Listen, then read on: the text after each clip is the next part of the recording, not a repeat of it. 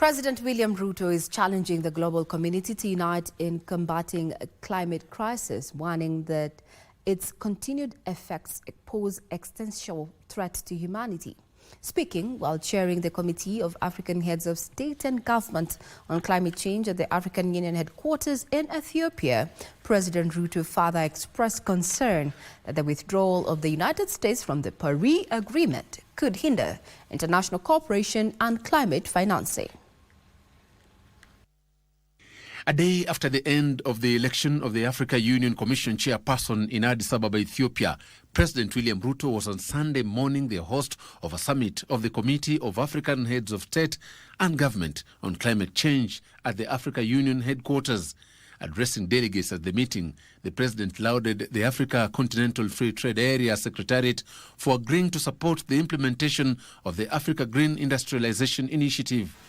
Allow me also to commend the government of Tanzania for successfully hosting Mission 300 event in Dar es Salaam last month.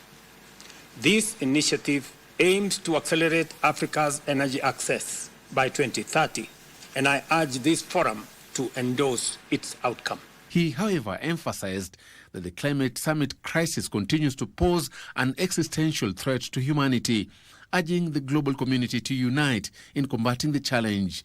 The president also faulted the withdrawal of the United States from the Paris Agreement. The withdrawal of the United States from the Paris Agreement and the rise of far-right leadership in key economies could prove a major obstacle to climate cooperation and financing.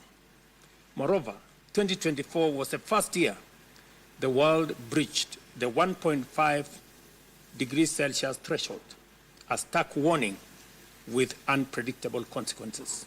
Meanwhile, President Ruto confirmed Kenya's readiness to host the second biannual African Climate Summit later this year. If there is a country that is willing to host, it is okay with us. If there is none, Kenya will be happy to host the second Africa Climate Summit. Joseph Ohungu for Sunday Express.